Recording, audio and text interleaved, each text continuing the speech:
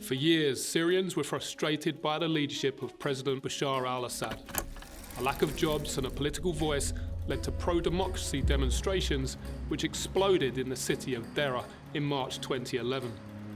The Syrian government used force to quell the demonstrations and consequently sparked one of the worst civil wars in modern times.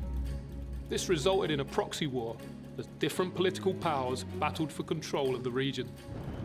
IS and Al-Qaeda tried to exploit the lack of control, and the Russians, Americans, Israelis, Kurds and Turks took sides in trying to force their own political agendas. By June 2021, the death toll stood at over 600,000 people, with over 6.7 million people internally displaced. This war illustrates how where you live in the world matters and how conflict hinders development. But what is development? And why else are there differences in development between developing countries? Let's unpack this. This is Think 4.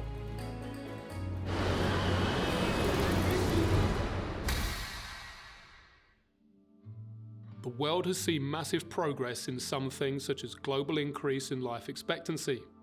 But there are still huge disparities between places, as the COVID pandemic has cruelly illustrated. Development is incredibly complex, but in this context, we will define it as any improvement in the standard of living of people in a country. Development occurs at different scales, but less developed countries often struggle because of a variety of factors. These factors have created a development gap as countries develop at different rates. Importantly, your focus needs to be on differences in development between developing countries. There are several physical and human factors which influence development. Physical factors include climate, natural hazards, relief, landlocked countries, and natural resources. Human factors include politics, civil war, economics, social factors such as health and education, and the employment structure of a country. Importantly, each one could provide an advantage or present a challenge. Let's look at an example of an exam-style question. The key words are in bold. Remember, explain means to give reasons for something and say why something is happening. The question says you may wish to refer to named examples. For full marks, you must make use of named examples in your answer. Modern examples are key. Though the impacts of the slave trade and the legacy of colonialism on the development of some developing countries is huge, it is important for you to have examples that originated in the present day too. Short, accurate and concise sentences which look at the factors mentioned earlier are key. For example, you could write, landlocked countries such as Chad find it politically challenging and more expensive to import and export goods. In this sentence, Chad is an example of one of 16 landlocked countries in Africa.